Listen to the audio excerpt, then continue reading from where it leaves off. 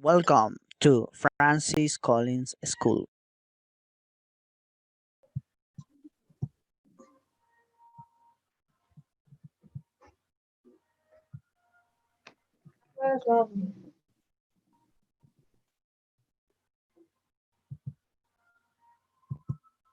A ver, esperemos un ratito, está muy lento mi internet, no sé qué pasó. Ya está. Ayer casi todos han enviado puntuales sus trabajos. Ya, entonces vamos a empezar con los autores del Renacimiento, el Renacimiento, y vamos a resolver algunas páginas de su libro también. Ya, los que tienen libro y los que no, van a hacer en su cuadernito. Ya, a ver acá. Entonces voy a compartir mi pantalla.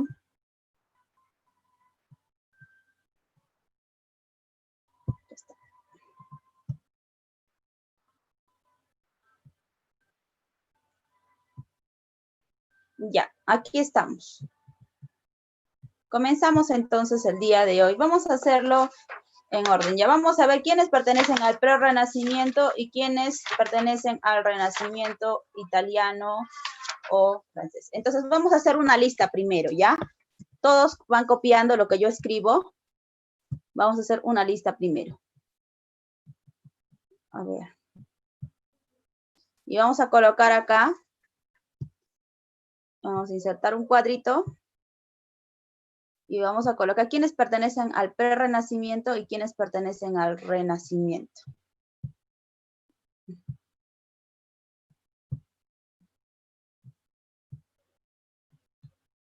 Ya. Vamos a ver, Renacimiento. 2 puntos. Ya, debajo vamos a hacer el listado. ¿Y así?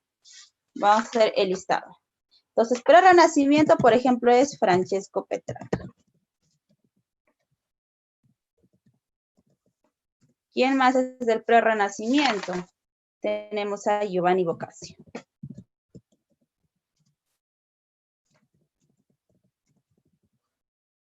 Ya, van copiando. Sí, después tenemos a Prerrenacimiento, Geoffrey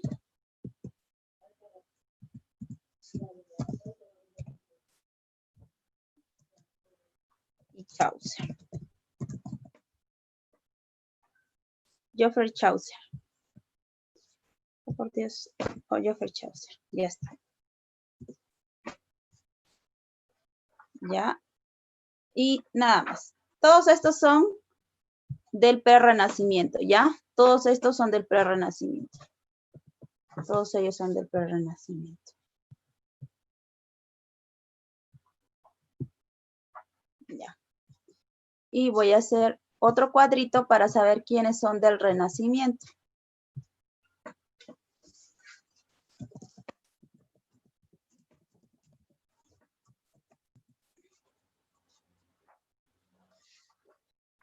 Ya, Renacimiento, por ejemplo, tenemos a Dante, Alighieri. ¿Sí? Tenemos a Luis de Camões. Ya. Tenemos a Ludovico Ariosto. Y tenemos a Torquato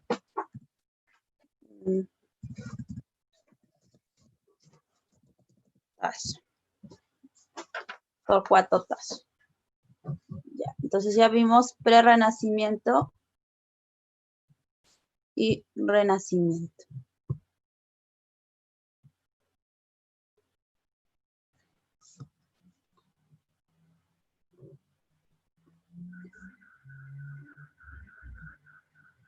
Fátima ya se acaba de conectar, pero sigue sin su camarita.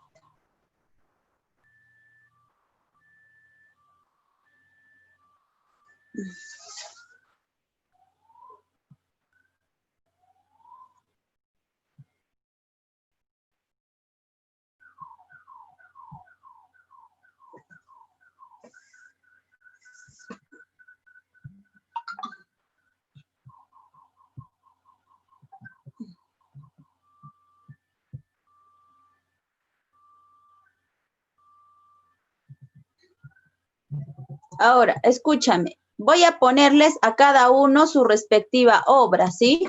Para que ustedes estudien de estos cuadritos, se les haga más sencillo. ¿Ya? A ver, Francesco Petrarca, ¿quién expuso? ¿Cuál es su obra más importante? Cancionero. ¿Ya? Cancionero. Le vas a agregar sus obritas. Vas a agregarle las obritas. Giovanni Boccaccio, el Decamerón. Vamos a bajarle. El Decamerón. Ya. Geoffrey Chaucer. Dime, ¿alguien quiere hablar? Yo. Dante Dime. Alighieri. En mi cuaderno, Dante Alighieri está como del pre-renacimiento. ¿En tu cuaderno? Ujú. ¿En qué parte? En la primera parte, cuando recién empezamos la literatura pre-renacentista y renacentista.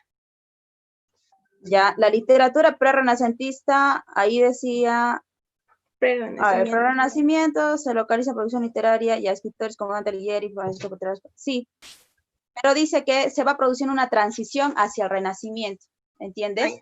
Entonces, como va en una transición. Entonces, tenemos a Francesco Petrarca, Giovanni Boccaccio y ya Dante Alighieri está en una transición. O sea, estaría entre las dos, pero no te puedo aquí. Te lo estamos poniendo en el renacimiento. Ya. ¿Ya? Ya. Entonces, Geoffrey, eso expuso, creo, me parece Fátima, ¿verdad? Fátima, ¿cuál es la obra? Los cuentos de Canterbury. Esta obra seguramente le gusta a los que les gusta el humor negro.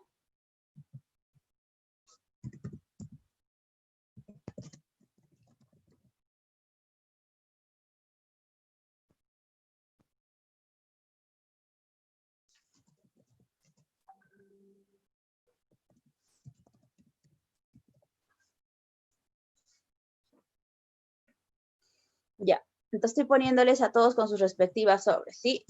Dante Alighieri, La Divina Comedia.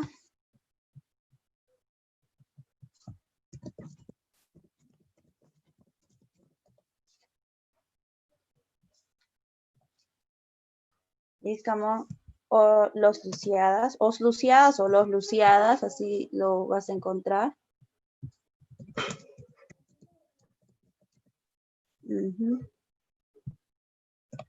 Y van teniendo esa información. Ludovico Ariosto, Orlando el Furioso.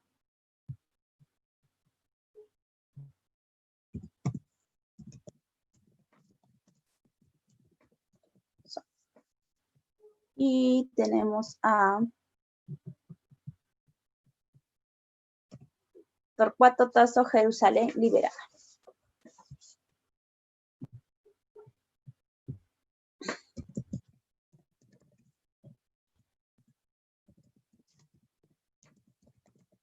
Ya, bien.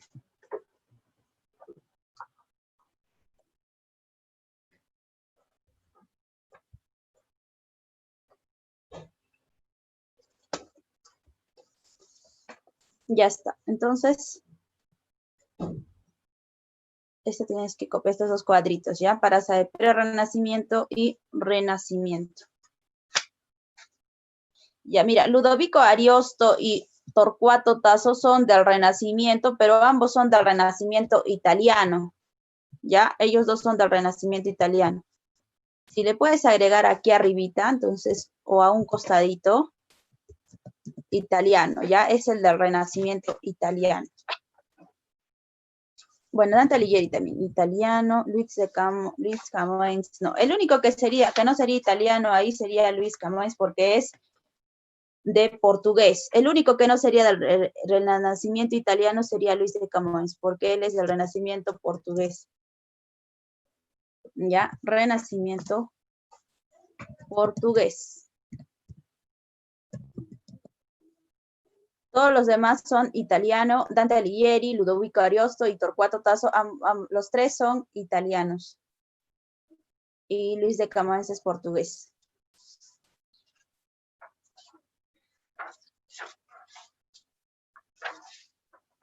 Ya está.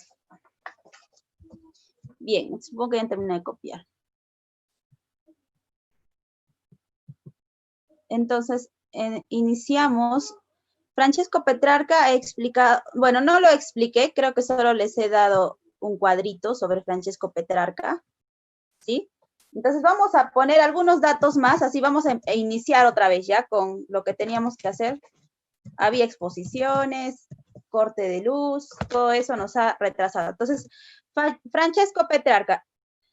Entonces, ¿dónde nació? Nació en Italia, ¿verdad?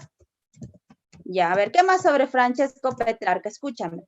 Dice que él se trasladó junto a su familia a Toscana, sí, en Italia, y falleció su padre. Y cuando un padre fallece, obviamente la economía no va a quedar igual, ¿verdad? Entonces, cuando fallece su padre, él abandona sus estudios de derecho, ¿ya? Abandona sus estudios de derechos.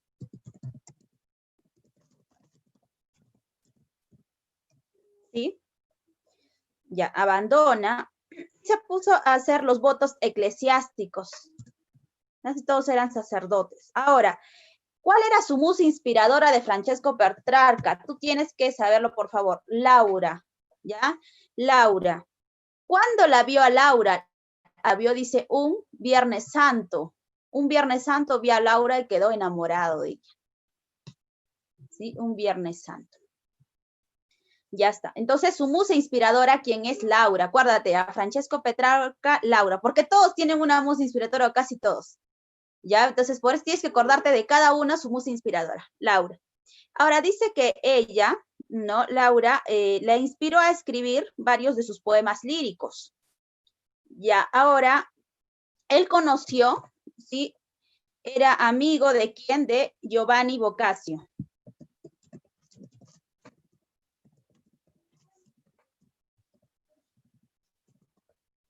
Enviaban cartas, ¿no? Conversaban mediante cartitas.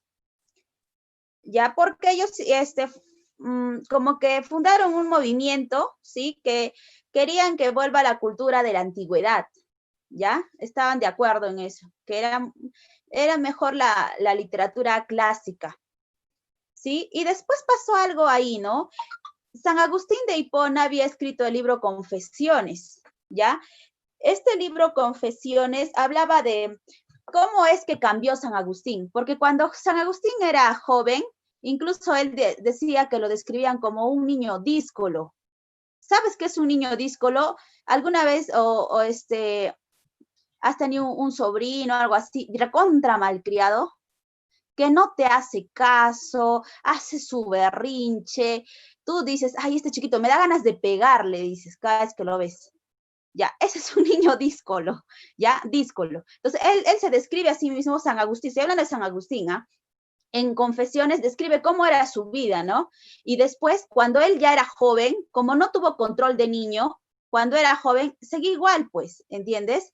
Estaba con muchas mujeres, ¿sí? Con mujeres incluso prostitutas, por aquí, por allá, hasta que dice que un día, ¿no? Leyó la Biblia y cambió toda su perspectiva. ¿Sí? Y ahora ya quería seguir a Cristo, hasta que ahora por eso lo consideramos santo, ¿no? Lo canonizaron, ¿ya? Su madre sí era muy devota, ¿ya? De San Agustín. Él no, a él no le importaba, hasta bueno que conoció a todos, ¿no? Cuando conocemos a Cristo ya hay un cambio total en nuestra vida. Entonces lo mismo le pasó a San Agustín, escribió su libro y dice que Francesco Petrarca lee el libro de San Agustín y dice que tuvo una crisis religiosa. Ya al momento de leer a San Agustín le dio una crisis religiosa. ¿Y qué pasó? O sea, todo el tiempo ya no quería ya lo que él pensaba, ¿no? En lo mundano, no. Ahora sus aspiraciones eran espirituales, ¿sí? Desde que leyó a San Agustín, sus aspiraciones eran espirituales y él quería, se dedicó durante algún tiempo, dice, a la literatura cuando estuvo en Milán, ¿ya? Entonces, acá sí lo vamos a mencionar a San Agustín, para que recuerdes, ¿no? Para que recuerdes por qué San Agustín es importante en la vida de Francesco Petrarca, con su obra Confesiones, ¿no? Esa es la obra de San Agustín. ¿Cuál fue el impacto, ¿no? En Francesco Petrarca. Ya, ese fue el impacto, como te digo. Ahora, Su obra, como dijimos, ¿cómo se llamaba la obra? Cancionero. Pero esta obra tiene un nombre más largo, o sea, es fácil aprendérselo como cancionero, ¿sí? En realidad, esta obra se llama Rime, invita, te lo voy a escribir acá, ¿ya? ¿Cómo se llama la obra? Rime, cópialo también tú. Invita, morta, di, Madonna, Laura. ¿Ya? Todo eso. Así se llama su obra. Rime, invita, morta, di, Madonna, Laura.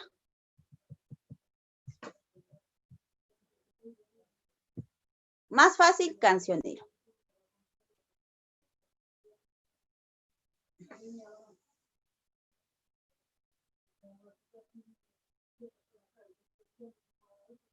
¿Sí? Y se le conoce como cancionero. O sea, esto más o menos fue escrito ¿en qué año? En 1327. Pero con el pasar de los tiempos, sí, como te digo, se fue extendiendo esta obra y por último se conoció, o sea, todos lo conocen como cancionero, ¿sí? Y bueno, ¿en qué año le han puesto? O sea, esto empezó en 1327, pero lo han reconocido en 1470, ¿ya? En 1470. Ahora, en cancionero, ¿ya? En cancionero, sus temas son, por ejemplo, religión, política y moral, pero su tema más importante es el tema amoroso, ¿ya? El tema amoroso, es su tema principal. Y a ver, el tema amoroso se manifiesta la presencia de quién en este tema. A ver, ¿quién te dije que era su musa inspiradora? ¿De quién hablaría? A ver. De Laura. Laura, claro, pues entonces su tema amoroso se va a centrar en Laura, ¿ya? Entonces ella dice que es el objeto idealizado de su amor, ¿sí? Pero no solo habla de Laura, sino también tiene algunos versos, ¿no? Virtudes cristianas, ¿ya? Ahora, tiene aspectos de la métrica, ¿ya? Entonces sí tiene métrica, o sea, tiene una medida sus... Voy a dejar de poner tema amoroso. Entonces, todos sus versos tienen métrica, tienen una medida. ¿Ya? ¿Cuál es esta métrica? No lo vas a escribir, ¿ya? Pero el ritmo es en decasílabo, ¿sí? También, y tiene algunas formas estróficas.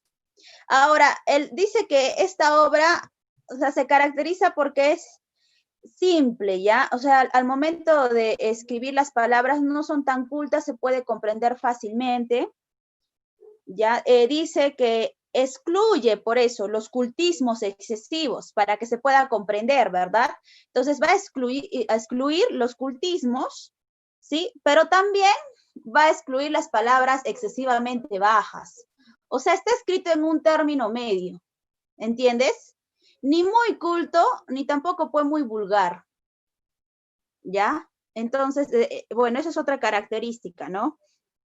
¿Ya? Entonces, es un término medio, ¿no? Vamos a ponerlo así. Excluye cultismos y palabras vulgares. Ya está.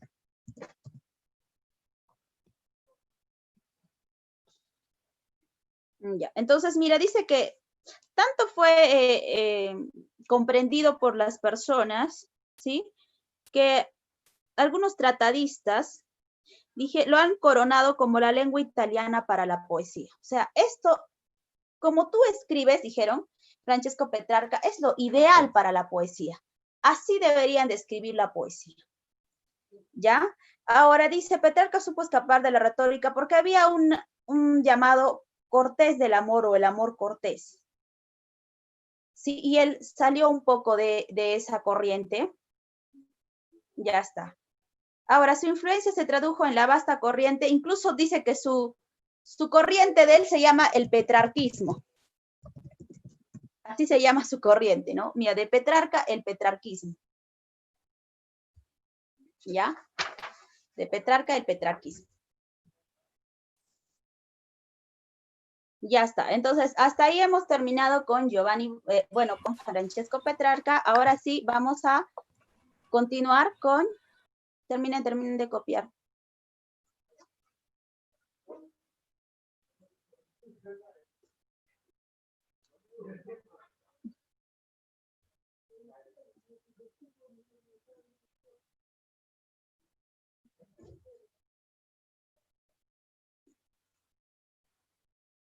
Ya está. Entonces voy a ir escribiendo el siguiente escritor. ¿Cómo se llama? Se llama Giovanni Boccaccio. Giovanni Boccaccio. Ya está. Bien, ahora, ¿qué vamos a hablar sobre él? Primero, ya les dije, ¿no? Del prerrenacimiento, donde nació en Florencia, por lo tanto, él es italiano, ¿sí? Él es italiano. Aunque algunas personas dicen que probablemente nació en París, o sea, que pudo haber sido francés, ¿ya? Él dice que era un hijo de un mercader, de su madre no se sabe mucho, ¿ya? Pero como él normalmente viajaba, ¿no? Porque tenía una compañía mercantil, ¿sí? Entonces tuvo una inclinación escasa, ¿ya? No le gustaba mucho eso hacia los negocios, ¿ya? Entonces, como no le gustaba tanto los negocios, entonces su padre dijo, ¿para qué le sigo, pues, no? Diciendo que vende, si no le gusta vender. Dijo, bien, está bien, vas a estudiar Derecho Canónico. Entonces, él estudió Derecho Canónico.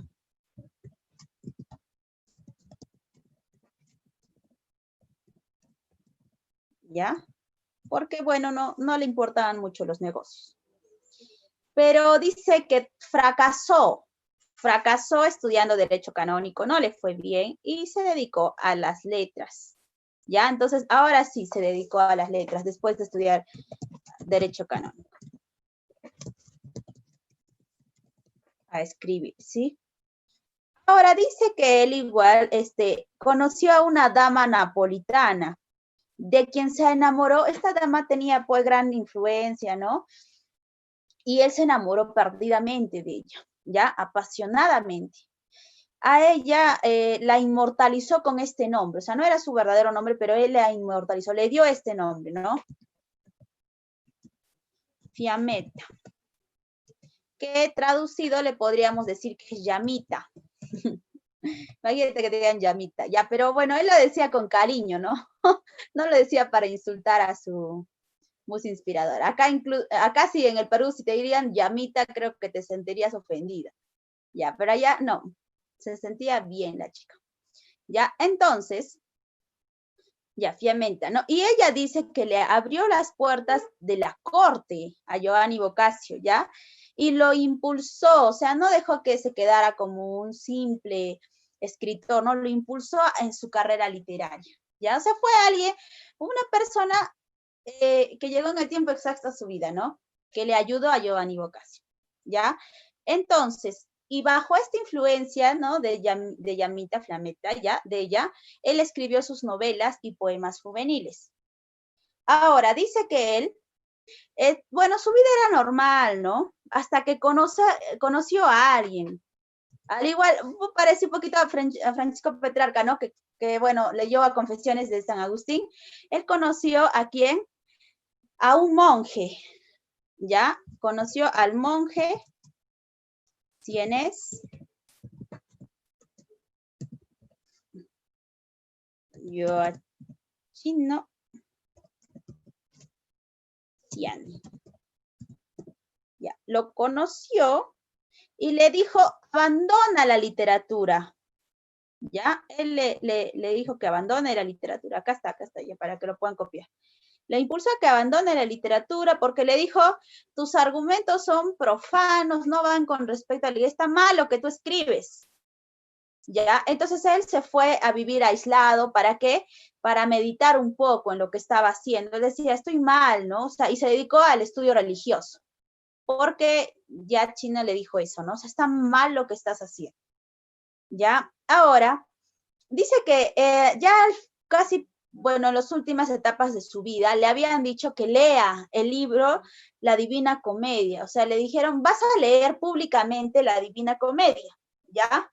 Y él no pudo terminar de hacerlo porque debido a su estado de salud, bueno, falleció, ¿no? Entonces no terminó leyendo públicamente la Divina Comedia. Entonces, tenemos varias de sus obras, por ejemplo, La Casa de la Diana, El Filócoco, La Teseida, Las Ninfas, pero vamos a hablar sobre el Decamerón, ¿ya? El Decamerón. Se expuso Silvana y me parece también Doménica. Ya está. El Decamerón. Dice, ¿en qué año se publicó esta novela? En 1351. Ya, esta novela se publicó en 1351. Sus temas son diversos. Puede ser el amor, ¿sí? La inteligencia humana, la fortuna. Entonces tiene tres, ¿no? Amor, inteligencia, fortuna. Ya está. Dice, escúchame, que era tan popular estos libros, porque todos los mercaderes, los comerciantes, era como un periódico, ¿no? O sea, que se lo compraban así, que ¿sabes qué hacían? Que se lo intercambiaban, como no todos tienen para comprar, ¿no? El dinero, entonces, ya, tú compraste el de ayer, yo compré el de hoy, ya te lo intercambio, ¿entiendes? Y a veces, digamos que Liz no me quería intercambiar. ¿Qué hacía yo? Se lo robaba, porque quería leer esta obra, ¿entiendes? Entonces, mira, tanta fama ha tenido el Decamerón, hasta que lo robaban los escritos, les gustaba mucho, ¿ya? Entonces eso vas a poner, ¿no? Lo intercambiaban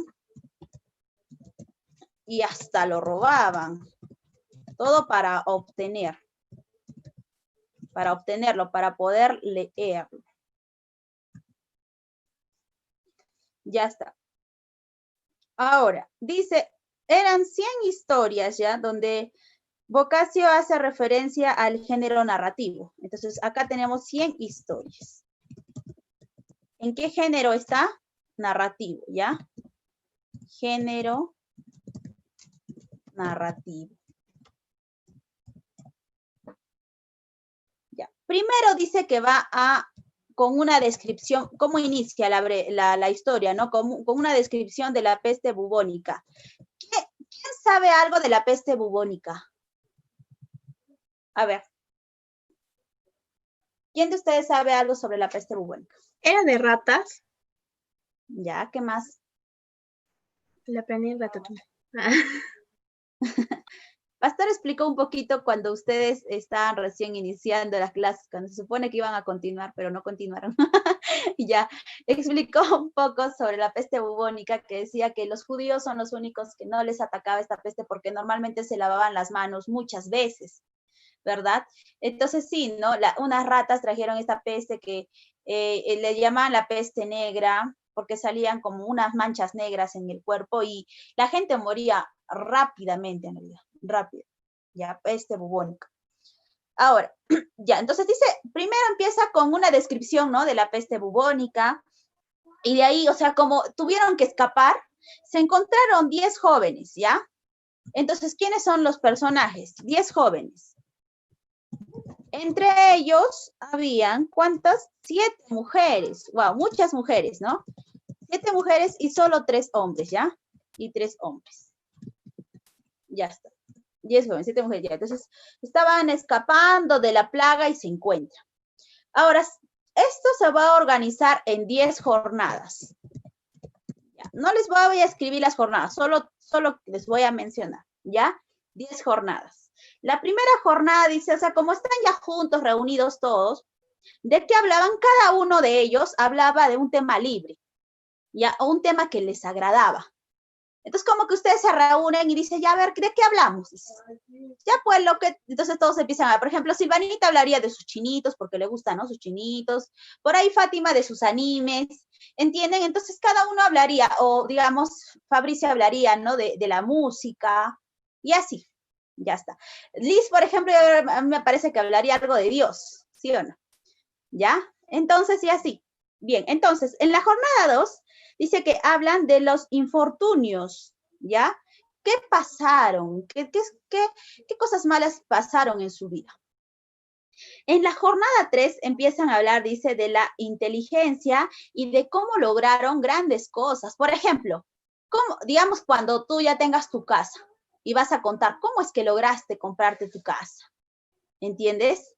Ah, es que estudié mucho, o simplemente tal vez no continuaste tus estudios, pero sí te volviste un gran comerciante, ¿no? Y trabajaste muy duro para comprar tu casa. Ya entonces empezaron a hablar sobre cómo lograron, ¿no? Llegar tan lejos, comprarse lo que tenían, o simplemente a recuperar, porque algunos, digamos, ya tenían la herencia, pero se las quitó su tío, ¿ya? Entonces dice, ¿cómo lograron recuperarlo? ¿Ya? En la jornada 4 dice son historias de amor con un final desgraciado. Entonces algunos cuentan sus historias de amor, pero que terminó mal esa historia, ¿ya? No fueron buenas. En la jornada 5, diferente, ¿no? También cuentan sus historias de amor, pero los que sí terminaron con un final feliz, ¿ya? Entonces, final triste primero, después final feliz. En la jornada 6 dice, de aquellos que se defendieron, ya, mira, esas personas que no les gustan las peleas, que fueron sabias y se defendieron, pero de una manera salomónica, ¿entiendes? O sea, no atacando, no haciendo, insultando más, sino animando a que haya paz, animando a que haya paz, ¿entiendes? Entonces, como fueron sabios, evitaron daños y afrentas, ¿no? Y muchas veces una palabra, como dicen varias, hasta en la Biblia dice, una palabra de amor puede callar, ¿no? Alguien que está muy molesto así, tú con una palabra de amor no necesitas seguir insultándole, porque algunos dicen, bueno, le voy a insultar peor para que le duela. No, no es necesario. Tú le dices algo de amor y ellos se van a quedar callados. Entonces, ellos evitaron daños, hicieron callar a los necios, pero de una manera, o sea, en amor, ¿ya? En amor. Ahora, en la jornada 7 dice que hay burlas que por amor o por miedo hacen las mujeres a sus maridos. ¿Ya? Entonces estaban contando cómo las mujeres se burlaban de sus maridos. Se pueden burlar por amor, pero también se pueden burlar por miedo, ¿no? O sea, dice, no, ya me pega tanto, ya entonces estaba contando, ¿no? De cómo se burlan de ellos. ¿Qué se creerá, no? Un gorila me pega, ya imagínate, no sé, porque ya se burlaban, pero porque tenían miedo a esos hombres. En la jornada 8, las burlas que por frecuencia se hacen los hombres y mujeres entre sí. Ya, entonces, los hombres molestan a las mujeres, los hombres dicen a las mujeres el sexo débil, ¿no? Las mujeres también les molestamos, entonces, de eso hablaban en la jornada 8. En la jornada 9, otra vez hay tema libre, todos hablaban, ¿sí? En general, de lo que a ellos les gustaba. Y en la jornada 10, de las grandes hazañas que habían hecho, ¿ya? Entonces, ya hemos visto las 10 jornadas, ¿sí? Del Decamerón. Y ahora vámonos a Dante Alighieri. Entonces coloca Dante Alighieri.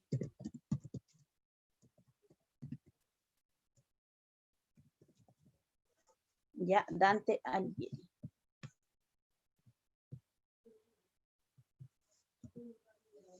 Ya está. Entonces, renacimiento, prerrenacimiento, porque está entre los dos, ¿verdad? Dante Alighieri. Entonces vamos a poner pre o renacimiento porque está entre los dos. Ya está en una transición. Exactamente, pre-renacimiento o renacimiento, ¿ya? Dijimos que también es de Italia, ¿sí? Es italiano, nació en Florencia. De él ya habíamos escrito ya un poco, ¿sí? Entonces es que vamos a pasar rápido. Italia. Ya, ahora dijimos que él también, su padre muere de él, ¿y qué pasa? Él tuvo que, bueno, sus primeras vivencias, dice, infantiles, no se sabe mucho, ¿ya? Sí se sabe que él estudió en la Universidad de Bolonia y que también era partícipe de unas contiendas entre los güelfos y los gibelinos, ambos partidos, tanto los güelfos, él pertenecía a los güelfos, ¿ya? Y los gibelinos, bueno, ¿qué eran? Eran partidos que estaban a favor o en contra del Papa, ¿ya? A favor o en contra del Papa. De los que estaban a favor, pues, ¿no? Hablaban bien del Papa, pero los que estaban en contra empezaban a decir que no estaban de acuerdo con lo que hacía el Papa y eso ocasionaba guerras, ¿ya? Eso ocasionaba guerras. Uy, ¿qué hice? Eso ocasionaba guerras entre ellos. Ya está.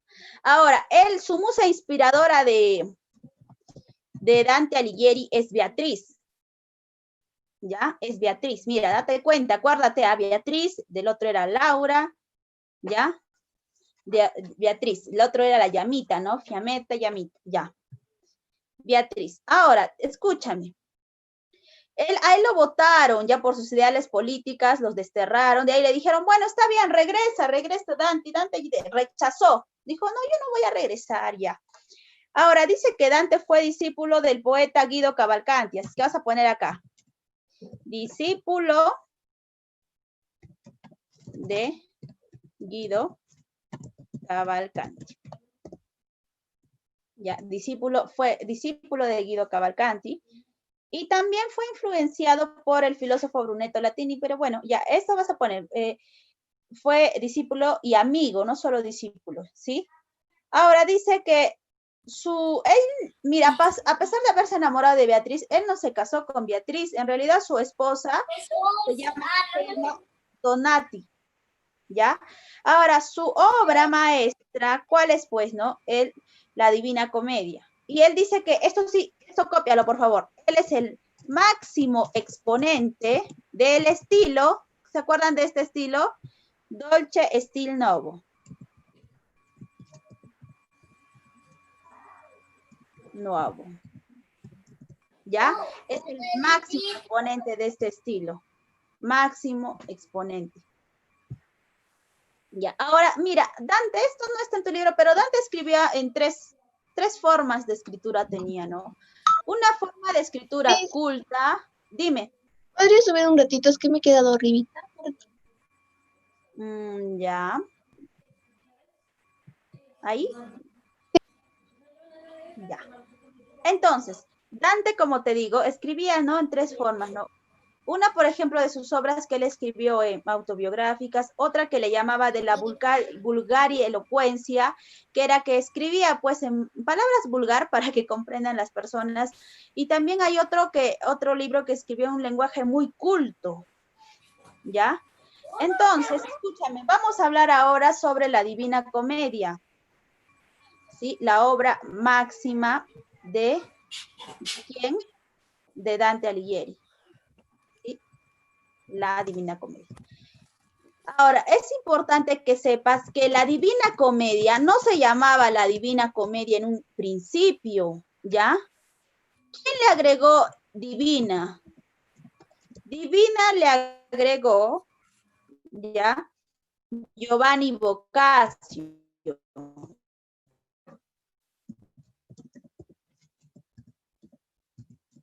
¿No te das cuenta que todo el tiempo Dante Alighieri habló de la religión, ¿sí? De a dónde íbamos a ir si moríamos, todo eso. Entonces, por eso es que le agregaron la Divina Comedia, ¿ya? En realidad, en un principio solo se llamaba la Comedia. Y Giovanni Boccaccio le agregó la Divina Comedia. Entonces, ahora es conocida como la Divina Comedia.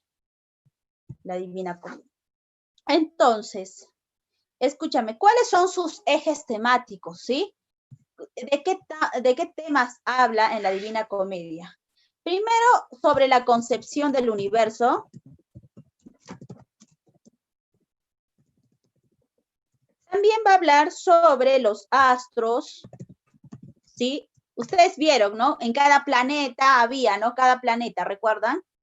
Como les dejé investigar, ¿sí? Había 9 planetas ya.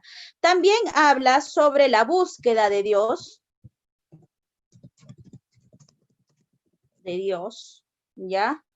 El mundo de ultratumba.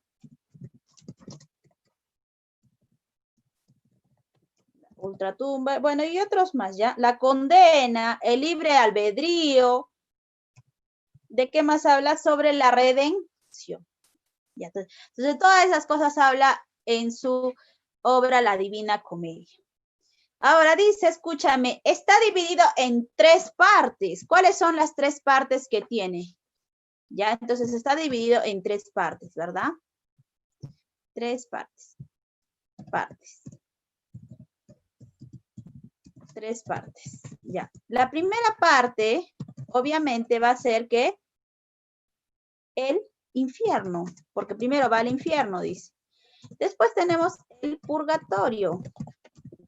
Y por último tenemos el cielo. Ya.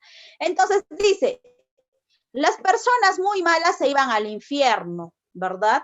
Ya, y acá incluso decía, acá lo encontró a Virgilio, dice, en el infierno, ya que Virgilio es un escritor, ¿no? Romano, pero él decía, acá está, acá lo encontró. Entonces las personas muy malas estaban en el infierno.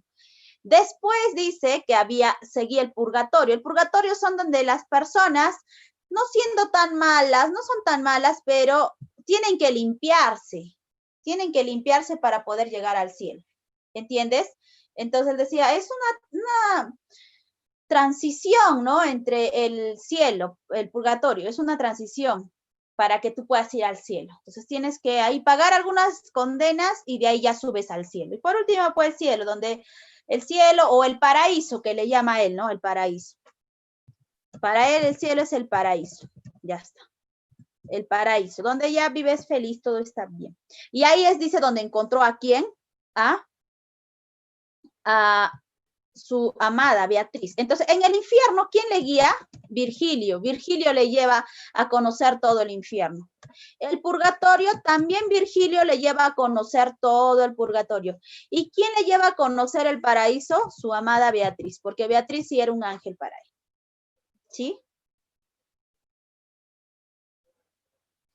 Ya, ahora, la obra es un poema épico, ¿ya? Entonces, ¿qué estilo, qué es, no? ¿Qué género literario sería el género qué? Ah, ya. Podría ser el género lírico, ¿sí? Ya. Pero escúchame, algunos decían, ¿por qué le dicen la Divina Comedia? ¿Por qué comedia? Algunos decían, pero es tragedia. No puede ser tragedia. ¿Por qué no? Porque tiene un final feliz. Y recuerden que el que tiene un final feliz es la comedia, ¿verdad? Por eso es que también se llamó la comedia, ¿ya? Porque tenía un final feliz. Al final llega pues al cielo, ¿sí? Y el cielo es un final feliz. Entonces, como te digo, es un poema épico, ¿ya? Es un poema épico. Ya está. Entonces, y este poema épico, ¿no? De la Divina Comedia ha sido estudiado, dice, por muchas personas durante años y años. ¿Por qué? Porque acá tú puedes buscar algunas respuestas a inquietudes filosóficas. O sea, si se centran en el pensamiento de Dante, tú dirías, no, sí, está en lo correcto, ¿no? Morales y religiosas de su época, ¿ya? Entonces, en eso se están centrando. Bien, jóvenes, no sé por qué se ha pasado tan rápido la hora en realidad, porque ya son 8:50, solo he avanzado 3, no he podido avanzar más.